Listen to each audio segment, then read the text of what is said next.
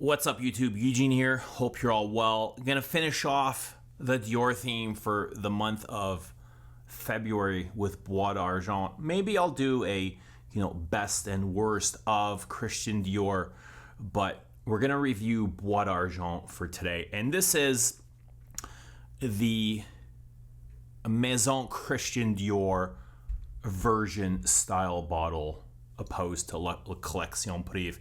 And there's been a whole lot of verbal diarrhea about Bois d'Argent not lasting. It doesn't last past 5 minutes. That nonsense got to stop. Perfume's not about lasting power. It's not about projection or solage or how far away somebody can smell you or choking out your workplace or your mates with, what you assume to be a gas chamber. But and I never really talk about performance, but this performs exceptionally on me all work day. I have no problems whatsoever smelling it. Maybe I'm just lucky in that regards, but I'm entirely happy with the performance, the lasting power, how far it throws. It actually creates this really nice bubble around me that I extremely enjoy, and I wish all my fragrances performed as well as Bois d'Argent. So if that's something you've ever worried about, reading the reviews online, I wouldn't pay them any attention. I'm not sure about the original release Bois d'Argent and how strong or how well it performed, but it's exceptional.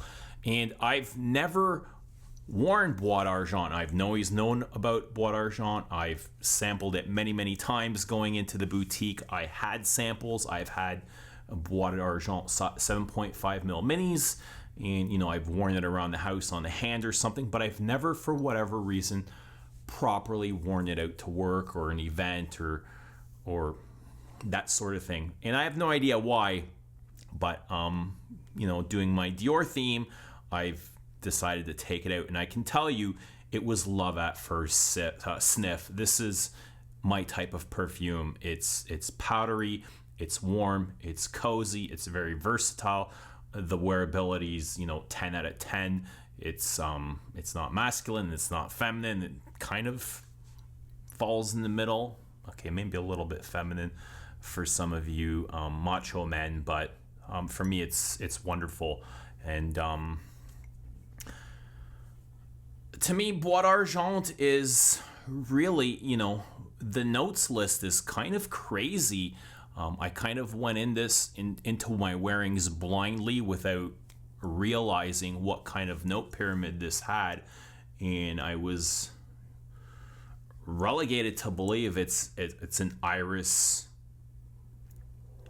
It's an iris-based perfume, but no, to me it's an iris honeyed vanilla. I get a lot of vanilla from this, and the notes list leather, resins, cypress, all kinds of things really, but I don't get a lot. I don't get a lot of those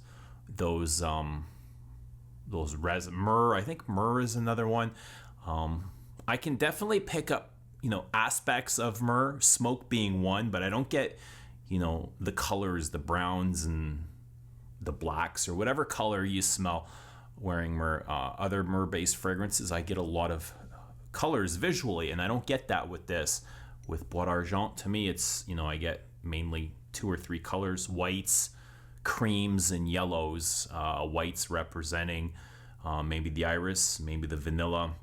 Creams, it's a lot of blonde woods in here, very soft, creamy woods.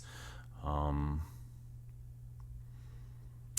yellows, I guess, would be coming from the honey, maybe the ambers. Oh, again, I think this is listed. This is another one that's listed as a chypre. I think Dior's listed this as a chypre, but to be honest, I don't get that chypre contrast. I don't get, the mosses. Oh, there might be some patchouli in here.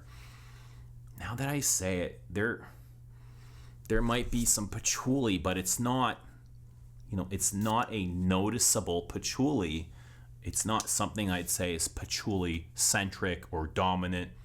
Hell, I wouldn't even say this is iris dominant. It's got iris aspects.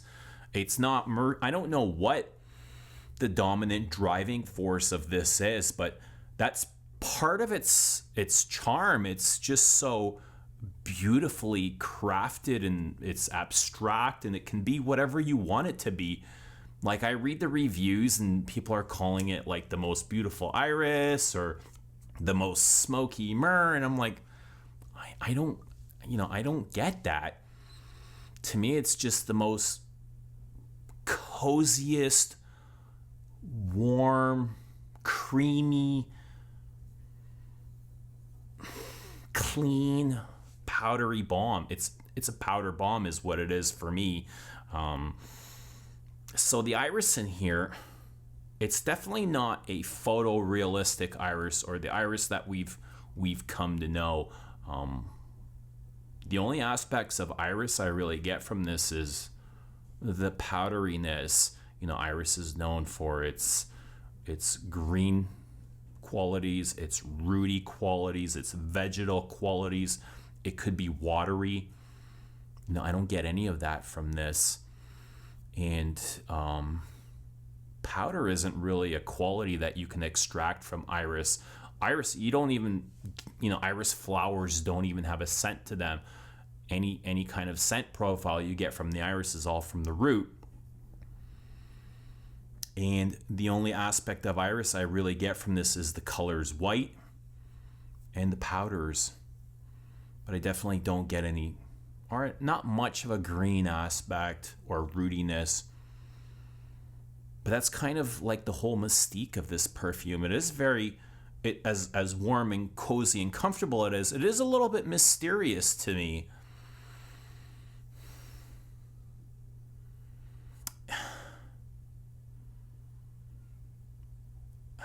It is a little bit, that powder is kind of like, it's cosmetic-y and warm and soft, and it's got this weird cleanness to it. Almost like this innocence, like a freshly bathed baby that's just been, it's been fed and swaddled, and it's just now getting, it's settled, but it's cozy, and it also wants to cuddle with you. That's kind of like the comfort of this perfume. Vanilla, it's got a very strong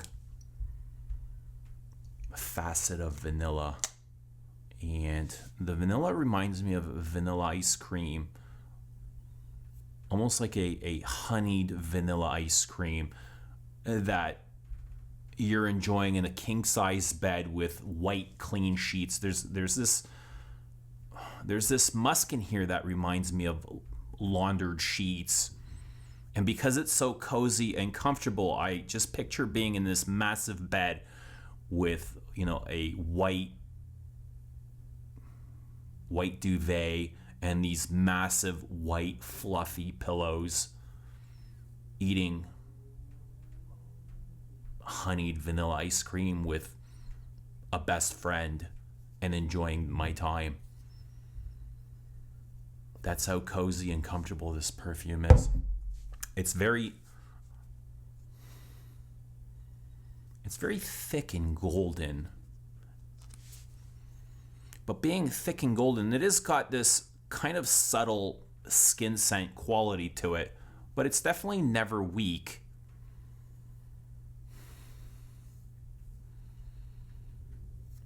I don't know, it's just gorgeous. So the myrrh, the only aspect of myrrh I really get from this is the smokiness, and it's not a continuous smoke. It's just like smoke that'll billow up here, a little bit there, a little bit everywhere sometimes.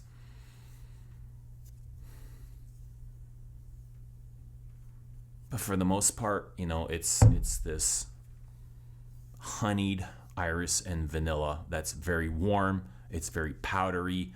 It's very clean.